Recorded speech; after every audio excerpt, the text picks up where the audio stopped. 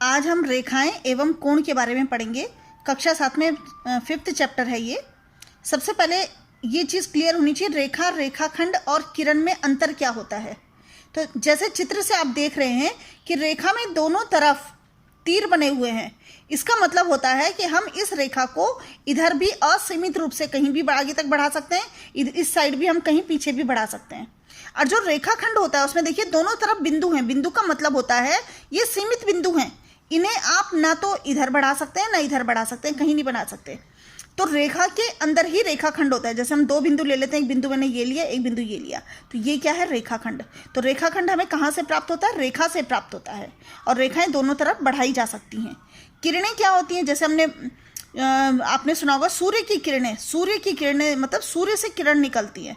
तो सूर्य अपने आप में एक फिक्स बिंदु होता है और वहाँ से किरणें आगे तक निकल सकती हैं। तो किरण में भी वही होता है, एक बिंदु इसका फिक्स होता है, मतलब इधर आप नहीं बढ़ा सकते हैं। लेकिन इस साइड आप तीर देख रहे हैं, मतलब इस तरफ आप इसे बढ़ा सकते हैं। तो किरण को हम एक तरफ बढ़ा सकते हैं और रेखाओं को हम दोनों तरफ बढ़ा सकते हैं। प्रतिच्छेदी रेखाएं क्या होती है? यदि दो रेखाएं एक दूसरे को काटती हैं, रेखाएं बना दीजिए इन्हें, यदि ये दो रेखाएं हैं और ये एक दूसरे को काट रही हैं तो ये प्रतिच्छेदी रेखाएं कहलाती हैं। यदि दोनों रेखाएं एक दूसरे को कहीं पर भी नहीं काटती है, समान अंतर से आगे बढ़ती रहती हैं, तो इसे हम समांतर रेखाएं कहते हैं, कहीं पर भी नहीं मिलती हैं। अब हम आगे देखेंगे कोण क्या होते हैं। दो रेखाओं के एक बिंदु पर मिलने से हमें कोण प्राप्त होता है, या हम इसे इस तरह से भी बोल सकते हैं कि दो रेखाएं जिनका प्रारंभिक बिंदु एक ही होता है वो कोण का निर्माण करती हैं। मतलब यदि आपके पास एक रेखा ये है और एक दूसरी रेखा है जिनका प्रारंभिक बिंदु यानी ये वाला बिंदु एक ही है, यानी इसी बिंदु से एक दूसरी रेखा जाती है, तो ये हमें क्या मिलता है? कोण मिलता है। या दो रेखाएं हैं, एक रेखा दो रेखा, ये एक ही बिंदु पर मिल गई हैं, तो यहाँ पर हमारा कोण का निर्माण होता है। कोण को हम इस तरह से लिखते हैं।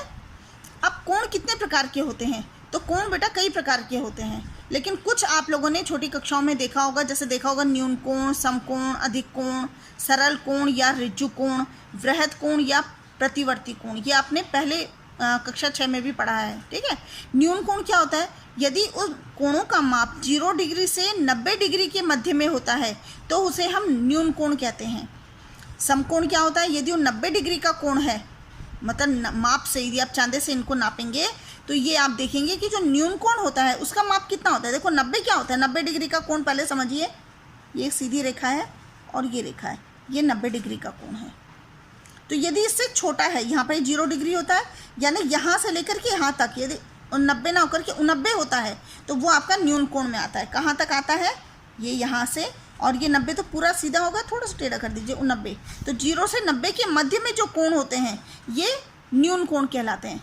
अधिक कोण क्या होते हैं?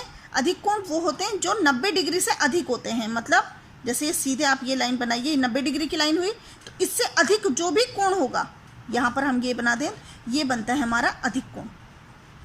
सरल कोण क्या होता है? यदि आपको कोण की माप 180 डिग्री है, 180 डिग्री होने पर उसे हम सरल कोण भी बोलते हैं या हम उन्हें ऋजु कोण भी बोलते हैं। और 180 डिग्री कैसे होगा? 180 डिग्री का जो होता है वो इस तरह से प्रदर्शित करते हैं। यहाँ पर आप चांदे से नापिए तो ये 0 डिग्री से जब आप नापते हैं तो ये सीधे 90 होता है, और इधर से आप आगे आइए तो सीधी रेखा, और तो ये जो 180 डिग्री की बनती है ये ऐसे सीधी रेखा बनती है। तो ये आपका 180 डिग्री का कोण होता है। और अगला कोण होता है वृहद कोण या प्रतिवर्ती कोण। इसका मतलब होता है यदि 180 डिग्री से अधिक है और 360 डिग्री से कम है तो उसे हम वृहद कोण या प्रतिवर्ती कोण कहते हैं। इसे हम कैसे बनाएंगे? ये देखिए, ये यहाँ पर ये पूरा इधर 180 होता है, इससे अधिक यहाँ पर ये, तो ये वाला जो कोण होगा 180 तो इतना था, 180 से अधिक है, यानी ये वृहद कोण है। ये दो स्केच पर इसको आप दो रेखाएं मानिए, तो यदि ये दो रेखाएं हैं तो एक बिंदु पे मिलती हैं, यानी कि इस बिंदु से ये मिलती हैं या इस बिंदु से निकलती हैं, तो ये यहाँ पर जो है ये कोण का निर्माण करती है। ये कोण कितना भी हो सकता है, ये कम भी हो सकता है, ये बहुत छोटा कोण है देखिए, और इस तरह से ये कोण का माप जो होता है ये बढ़ भी सकता है। यदि कोण का माप ऐसा होता है कोण, तो ये होता है आपका 90 डिग्री का कोण। यहाँ पे ये न्यून कोण हो गया, ये पूरा यहाँ से लेके 0 डिग्री से 1 डिग्री से लेके 89 डिग्री तक जो होते हैं ये आपके न्यून कोण होते हैं, ठीक है। और जो ये 90 डिग्री है इससे अधिक, यानी यहाँ पर ऐसा यदि कोई कोण बनता है तो ये आपका अधिक कोण बनता है। इसे आप सीधा बना दीजिए, ये आपका जो कोण बना है भाई, एक रेखाखंड ये है, एक रेखाखंड ये है। कंफ्यूज नहीं होना, मैंने इसीलिए अलग अलग स्केच पेन लिए हैं ताकि आपको समझ में आ जाए कि दो रेखाखंड है ये। इस तरह से यदि एक सीधी रेखा बनती है तो इस बिंदु पर ये जो कोण होता है ये 180 डिग्री का होता है। इसे 180 से अधिक, 180 इतना हुआ, इससे अधिक मतलब ये नीचे चला गया। तो जब ये नीचे गया है तो ये वाला जो कोण है ये 180 से अधिक है, तो इसे हम बोलते हैं वृहद कोण, ठीक है, या प्रतिवर्ती कोण भी इसे कहा जाता है। पूरक कोण देखिए, जब दो कोणों के मापों का योग 90 डिग्री होता है तो वे पूरक कोण कहलाते हैं। दो कोणों का योग मतलब यदि हमारे पास एक कोई कोण दिया है, सपोज एक ये कोण है और एक दूसरा कोण है ये वाला कोण, ये वाला सपोज करते हैं 30 डिग्री का कोण है और ये 60 डिग्री का कोण है, तो इन दोनों को यदि हम जोड़ें, इन दोनों का जब योग करें तो वो कितना आता है बेटा, 60 और 30 90 डिग्री। इसका मतलब ये दोनों कोण आपस में पूरक कोण कहलाएंगे। अब प्रश्न उठता है, क्या दो न्यून कोण एक दूसरे के पूरक हो सकते हैं? तो न्यून कोण, फिर क्या दो समकोण एक दूसरे के पूरक हो सकते हैं या दो अधिक कोण एक दूसरे के पूरक हो सकते हैं? इनमें से क्या हो सकता है? तो देखिए, दो न्यून कोण एक दूसरे पूरक हो सकते हैं। यहाँ पर हमने देखा 30 और 60 ये दोनों के दोनों क्या है, न्यून कोण है, तो ये एक दूसरे के पूरक हो सकते हैं। हाँ, अब हो सकता है कि क्या दो समकोण एक दूसरे के पूरक हो सकते हैं? समकोण यानी एक कोण 90 डिग्री का है और दूसरा भी आपका 90 डिग्री का है। इन दोनों का यदि हम योग करते हैं तो ये 90 से अधिक हो जाता है, जबकि दोनों का योग 90 ही होना चाहिए। इसका मतलब दो समकोण जो होते हैं वो एक दूसरे के पूरक नहीं होते हैं। क्या दो अधिक कोण एक दूसरे के पूरक होते हैं? नहीं। अधिक कोण कौन से होते हैं? अभी बताया था आपको कि अधिक कोण वो होते हैं जो 90 डिग्री से अधिक होते हैं, तो दोनों का योग ही 90 होना चाहिए, तो दोनों अधिक कोण नहीं हो सकते हैं, ठीक है। अब होता है समकोण, समपूरक कोण कौन से होते हैं? जिस तरह से हमने पूरक कोण देखा उसी तरह से संपूरक भी होता है। अंतर केवल क्या होता है, पूरक में दोनों कोणों का योग 90 डिग्री होता है और संपूरक में दोनों कोणों का योग 180 डिग्री होता है, वे संपूरक कोण कहलाते हैं। कैसे? सपोज हमने एक कोण बनाया 90 डिग्री का और दूसरा कोण बनाया हमने 90 डिग्री का, इन दोनों का यदि योग करें तो कितना हो जाता है, ये 180। तो ये दोनों के दोनों कोण आपस में संपूरक कोण होंगे। या इस तरह से हम करें कि एक कोण बनाया हमने 30 डिग्री का, ठीक है, और दूसरा कोण बनाया हमने, ये वाला कोण बनाया हमने 150 डिग्री का। तो ये दोनों के दोनों कोण भी क्या है, इन दोनों को जोड़िए 180 डिग्री आता है, मतलब ये दोनों कोण संपूरक कोण कहलाएंगे। अब संपूरक कोण के लिए यदि हम इन्हीं तीनों कंडीशन पर भी विचार करें कि क्या दो न्यून कोण एक दूसरे के संपूरक हो सकते हैं या दो न्यून समकोण एक दूसरे के संपूरक हो सकते हैं या क्या दो अधिक कोण एक दूसरे के संपूरक हो सकते हैं, तो यहीं पर आपको एग्जांपल से समझ में आता है कि यदि दोनों के दोनों समकोण हैं तो वे एक दूसरे के संपूरक होंगे, क्योंकि इन दोनों का योग कितना होता है, 180 डिग्री। या एक न्यून कोण है और दूसरा अधिक कोण है तो वे भी एक दूसरे के संपूरक होंगे, क्योंकि उन दोनों का योग भी 180 डिग्री होता है। तो इन तीनों चीजों में से दो न्यून कोण तो नहीं होगा, बिल्कुल उल्टा होगा। और ये दोनों के दोनों हो सकते हैं कि यदि दोनों कोण समकोण है या एक न्यून कोण है और एक अधिक कोण है तो ये दोनों के दोनों एक दूसरे के संपूरक होंगे। तो आपने सिंपल ये याद रखना है कि पूरक कोण वे होते हैं जिनका योग 90 डिग्री होता है। दो कोणों का योग यदि 90 डिग्री है तो पूरक है, दो कोणों का योग यदि 180 डिग्री है तो वे संपूरक हैं। अब एक नया कोण आता है आसन्न कोण। आसन्न कोण को समझिए। आसन्न कोण क्या होता है? आसन्न कोण के लिए समझिए, यदि दो कोण आपस में आसन्न कोण होंगे, कब होंगे?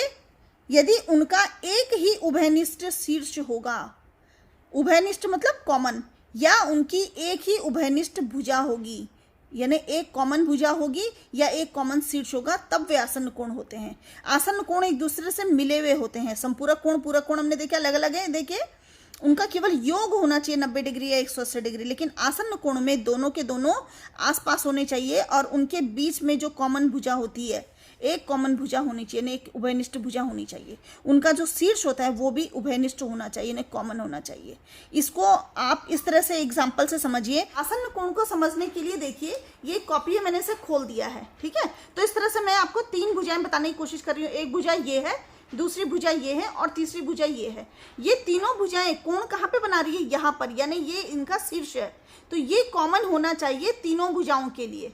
फिर दो कोण बन रहे हैं, एक कोण ये बन रहा है, देखिए इन दोनों के बीच में एक कोण बन रहा है, एक कोण बन रहा है इन दोनों के बीच में।